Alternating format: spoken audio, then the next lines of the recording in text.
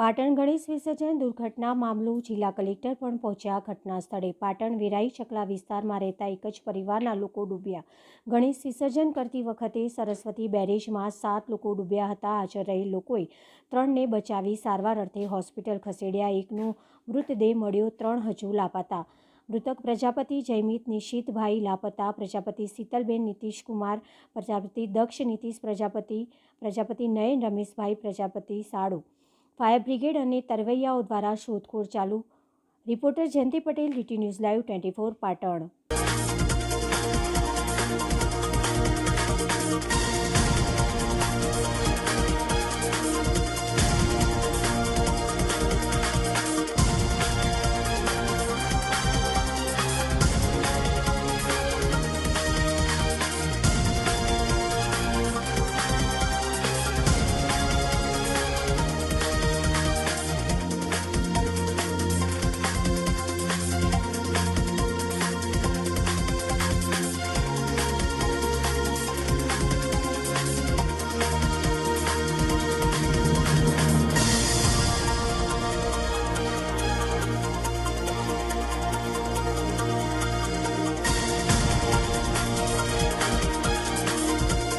આજે પાટણનો જે સરસ્વતી બેરેજ છે એના ડાઉન સ્ટ્રીમની અંદર ગણેશ વિસર્જન વખતે લગભગ સાંજે 7 વાગે એક જ પરિવારના 4 જણા ડૂબ્યા હોય એવી માહિતી અમને મળી છે। તાત્કાલિક સંબંધિત અધિકારીઓ, પ્રાંત ઓફિસર અને નગરપાલિકાની ટીમ સાથે અમે પહોંચી ગયા છે।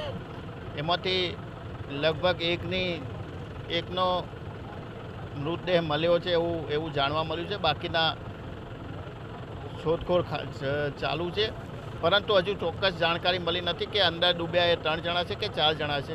પરંતુ એવી જાણકારી મળી છે કે એક જ પરિવારના 4 જણા, એમાં 2 દીકરા અને એની માતા જે હોય એવું જાણવા મળ્યું।